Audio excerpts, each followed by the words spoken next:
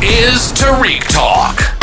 Your host, Tarik Mendez, takes you on a journey with guests from all around the world. Broadcasting around the world. Around the world. This is Tarik Talk.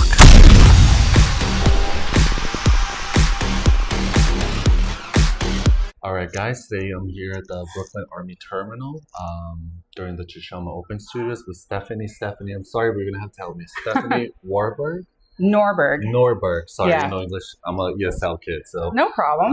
Doing great. Thank you so much. This is a beautiful setup. I'm definitely going to be sharing the video footage of the work. Do you want to start by telling us a little bit about yourself, please? So I grew up in I am a Midwest kid. I did school in the Midwest and then ended up moving to New York about 15 years ago. But I studied sculpture at Cranbrook Academy of Art in Detroit, outside Detroit, Michigan, Bloomfield Hills. Congrats. Thank you. So yeah, I had like a background of like painting and sculpture. And then as I was in grad school, I got more into like installation art. So, but my art studio right now has, kind of a mix of all those elements. So I like working in a lot of different mediums. I feel like they complement each other, but I also, my dad's an architect. So I grew up, being exposed to like the building industry. And so, I think about things architecturally quite a lot. So I think that kind of, for a while I was making sculpture and painting and the scale kept getting bigger and bigger. And then when I started getting into installation art, it just made sense for me to get into installation art. And do you think having like that, being exposed, you said your dad was an architect, do you think being exposed to that as a young kid has influenced your work a little bit or at all? Yeah, quite a bit. So I don't really use a lot of traditional materials. Like you'll see a lot of cardboard and building materials in my studio. So I think that influenced me quite a bit and just, being exposed to those type of materials and like the process of like making things and seeing stuff, from the beginning, like being built, influenced me quite a bit. And I think also like, just the scale of my art has been influenced by architecture and my upbringing quite a bit because we were pretty hands-on as a family. So like my dad would have a project and like he would have a contractor working on it, but then like, they, were behind schedule or something. Yeah. So like on the weekend, he would take my brothers and I into that space and we would actually help him like with drywalling, nailing. So, that's so cool. I was using my hands from like a young age. So that's influenced me quite a bit. And the fact that, my parents are both creatives in a way, like my dad's an architect, my mom's a landscape architect, like they've always been very supportive of me through my whole life, like pursuing like art. So I think that just, I haven't really had like a lot of doubt growing up of like, oh, I can't do this. Like the sky's the limit. Wow, so that's why your work is amazing. Thank you. Wow. And I do love how you have like freedom within your work. Like I see some sculptures, I see some paintings. How do ideas come to you? Like, are you always creative or do you have like times where you kind of like unplug yourself from like the arts? How does it work for you?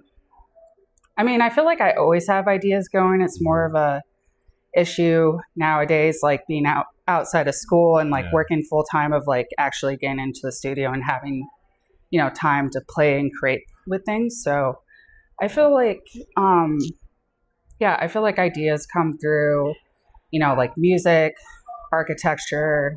I use a lot of geometric shapes too. So I feel like I get inspired just through mundane things too, where it's like, so I do architectural photography and commercial photography, so cool. Like it's my day job. So like I'll be on job sites and like there's like a pile of trash or like, they're setting up to do like electrical or drywall in a room and I'll get an idea for something just being in that space. So I guess like the challenge now is to like find a way, because I feel like I'm always getting inspired, find a way to like kind of sit down and like capture those ideas, even if I don't have time to get to the studio for like maybe a month or two to actually do that idea. Wow. So, Excuse me. And then when you first have like your inspiration, your ideas, do you think the original thought in your mind translates exactly to the physical finished work, or do you like the spontaneous process of like changing? I'm definitely open to having room for things to grow. Like I do like the spontaneous process quite a bit. Like my work is pretty intuitive. So like most of the time, like I won't even get like a fully concrete idea. Like I just have an impression. So as I start making work, especially with like the installations, and like I'll do like room installations that people can like walk into. Like I've done a couple of different like prayer rooms. Like I'll get a general idea for the shape, but then as I'm like making, like it will kind of, become more clear to me as and same with, some of the sculpture, and I guess like the painting and drawing is a little bit more like fluid with, more spontaneous. And if for those that are like listening to the podcast right now and checking out your work, are you open to do commissions if anybody has any requests? Yeah, of course. Yeah, I've done a couple commissions in the past of, I call them light boxes. So they're like, they're more flat sculptures that kind of come off the wall like 2 to 4 inches. And it's a drawing that gets translated to wood, and then it's backlit with light. So I've done a couple. But yeah, I'm always open to like collaboration and commission if people are interested in doing that. I'm sure it will be. Your work is amazing. Do you mind just sharing your website and Instagram with us, please? Yeah, so my website is www.stephanienorberg.com, and that's STEPHANIENORB as in boy, ERG as in girl. And then my Instagram handle is the same as my name, but so it's Stephanie _D, middle initial _ last name Norberg. Share with us like something that you're working on at the moment. So one of the things I'm working on is doing kinetic sculptures.